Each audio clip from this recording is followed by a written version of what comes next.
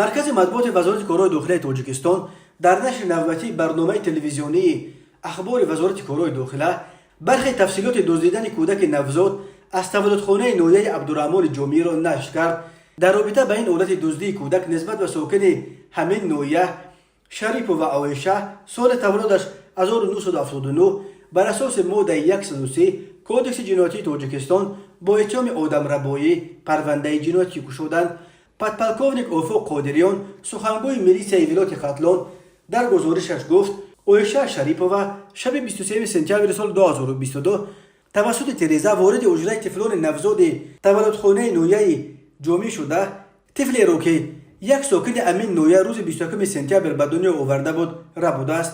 در وقت تفتیش معلوم شده است که عایشه شریپووا همگی یک فرزند داشته، دیگر فرزنددار نشده است و به این دلیل شوهرش از او میخواسته است جدا شوند.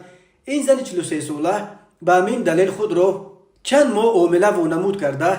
بعد دزدیدن طفل از تولدخانه به همه خویش و تبار و همین طور به شوهرش که در روسیه در مهاجرت کاری قرار داشت خوشخبر رسانیده است که گویا این کودک را خودش تولد کرده است. خود عایشه شریپووا در این گزارش ماه ینور بود مردکم به روسیه میرفت، گفت اگر فرزنددار نشوی من با تو دیگر زندگی نمیکنم. بعد رفتن وی من گفتم که حامله ام، در شکم مرچی بسته میگشتم. همان روز اومدم که در بیمارخانه آنقدر آدم نیست. با این زن اکنون بر اساس قسم دوم ماده 103 برای دزدی کودک همچون جزا از 8 تا 12 سال زندان تهدید میکند. طور قبلا خبر دادیم طفل شام 23 سپتامبر از تولدخانه نویه جامی دزدیده شده را بعد یک هفته جستجو بالاخره روز جمعه 30 سپتامبر پیدا کردند.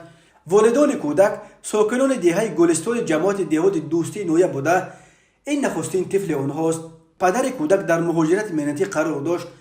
مادر کودک که زایمان سختی را پشت سر کرده بود در شعبه ریانیماسیون قرار داشت و حادثه هم زمان رخ داده است که مادر کودک را بعد جراحی به شعبه ایوی تولدخانه انتقال دادند.